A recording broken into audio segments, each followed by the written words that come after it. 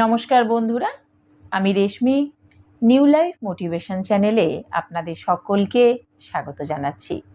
ভিডিওটি শুরু করবার আগে একটা ছোট্ট অনুরোধ, ভিডিওটি সম্পূর্ণ দেখবেন, একটি লাইক দেবেন এবং আপনার পরিচিতদের মধ্যে শেয়ার করে দেবেন, যাতে তারাও এই ভিডিওটির মাধ্যমে উপকৃত হতে পারেন। আর চ্যানেলটি সাবস্ক্রাইব করবার অনুরোধ রইল। চলুন তাহলে ভিডিওটি শুরু করা যাক। রথযাত্রা হিন্দু ধর্মে একটি অতি পবিত্র উৎসবের দিন। রথের দিন যে কোনো শুভ কাজ আপনি করতে পারেন। এই দিন কোনো শুভ কাজ করলে তাতে কোনো দোষ পাওয়া যায় না। রথযাত্রাকে কেন্দ্র করে আমরা উৎসবে মেতে উঠি। সোজা রথযাত্রার দিন জগন্নাথ দেব ভ্রাতা বলরাম ও ভগিনী সুভদ্রাকে নিয়ে 7 দিনের জন্য মাসির বাড়ি বেড়াতে যান। আবার 7 দিন পরে ফিরে আসেন। এই ফেরার দিনেই পালন করা হয় উল্টো রথ উৎসব। রথযাত্রার সময় 5টি এমন খাবারের নাম বলবো যেগুলি আপনি কিন্তু ভুলেও খাবেন না। রথযাত্রার বিশেষ গুরুত্ব রয়েছে আমাদের হিন্দু ধর্মে। এই দিনটিকে পরম পবিত্র দিন হিসেবে গণ্য করা হয়।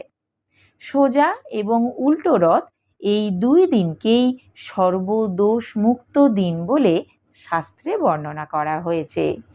অর্থাৎ এই 2 দিনের মধ্যে যে কোনো দিন আপনি যে কোনো রকম শুভ কাজ করতে পারেন, তাতে পঞ্জিকা দেখার দরকার হবে না। এই পবিত্র রথের দিনে ভোরবেলা ঘুম থেকে উঠে স্নান করে নিন এবং তারপর জগন্নাথ দেবকে স্মরণ করুন। এই দিনে কারোর সাথে কলহ, বিবাদ বা ঝগড়ায় জড়াবেন না। এটি করলে জগন্নাথ দেব রুষ্ট হবেন। আর এই 2 দিন 5টি জিনিস ভুলেও কিন্তু মুখে তুলবেন না।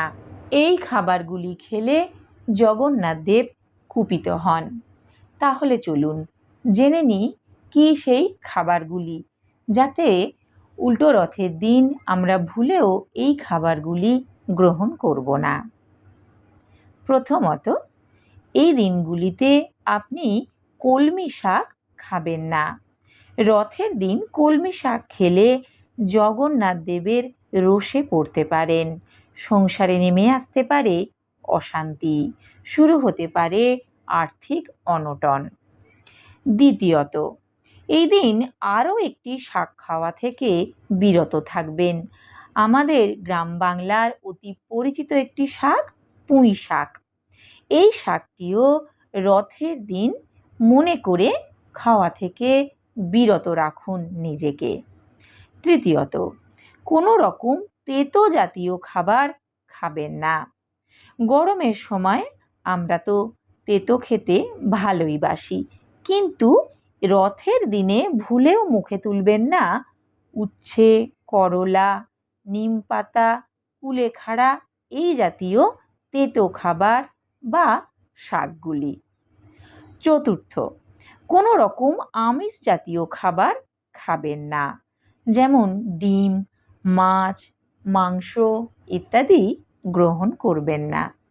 আমিষ খাবার খেলে জগন্নাথ দেবের পুজো করলেও কোনো লাভ পাওয়া যাবে না, বরং উল্টো ফল হতে পারে।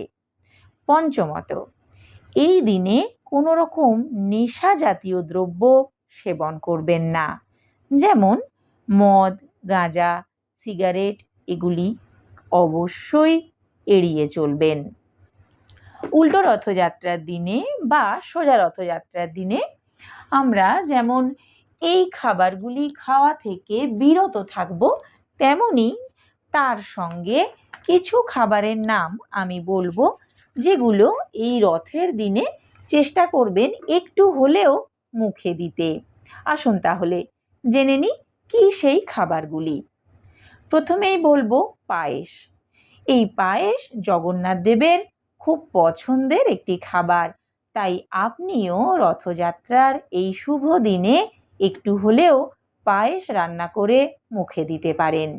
এছাড়া পাকা আম, কাঁঠাল, খিচুড়ি ভোগ, নারকেলের তৈরি যে কোনো খাবার জগন্নাথ দেবের পুজোর সময় আপনি যেমন নিবেদন করতে পারেন এবং পুজো সমাপ্ত হয়ে যাবার পরে অবশ্যই প্রসাদ হিসেবে গ্রহণ করবেন।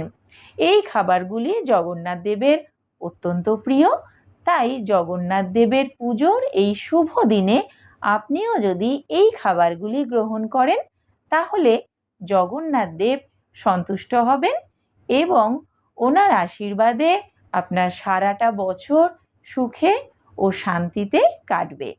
বন্ধুরা, ভিডিওটি সম্পূর্ণ দেখার জন্য ধন্যবাদ।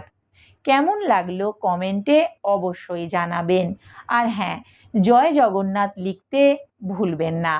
ভিডিওটি আপনার পরিচিতদের মধ্যে শেয়ার করে দেবেন যাতে তারাও এই ভিডিওটির মাধ্যমে উপকৃত হতে পারেন। চ্যানেলটি সাবস্ক্রাইব করার অনুরোধ রইল। নমস্কার।